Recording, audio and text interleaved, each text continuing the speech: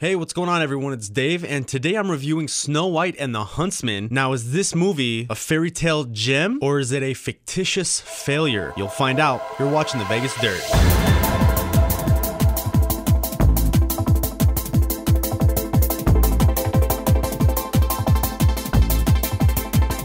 Alrighty, and welcome back to the Snow White and the Huntsman Vegas Dirt review. Thanks for joining me. This is Dave. Ransom isn't here with me this week, but you can look forward to him next week because he'll be reviewing Prometheus. Now, as far as Snow White and the Huntsman goes, I've been looking forward to this movie since I first saw the trailer. I can't remember when, but it had to have been a while ago. I was looking forward to the darkness that this story was going to be told in. Even though Snow White usually has an element of darkness, I was anticipating this movie to take it to the next level. And the only thing that made me question this movie is the fact that they used Kristen Stewart to play Snow White. So before I get into all that, let me just explain that in the epic action adventure Snow White and the Huntsman, Snow White is the only person in the land fairer than the evil queen out to destroy her, played by Charlize Theron. But what the wicked ruler never imagined is that the young woman threatening her reign has been training in the art of war with the huntsman that was originally dispatched to kill her, played by Thor himself, Chris Hemsworth. So did this movie pack a punch? Well, yes and no. The good news is that the effects were awesome. I'm talking about the special effects, the CGI, which made the battle scenes that were already action-packed even more visually stimulating. And during the movie, I was like, where are the 7 dwarfs? And when they finally appeared on screen, man, talk about comedic effect. I loved it every time they were on screen. And when you see them in the movie, make sure to look closely because you might recognize some of those actors. And as far as Charlize Theron goes, she played a pretty good Wicked Witch.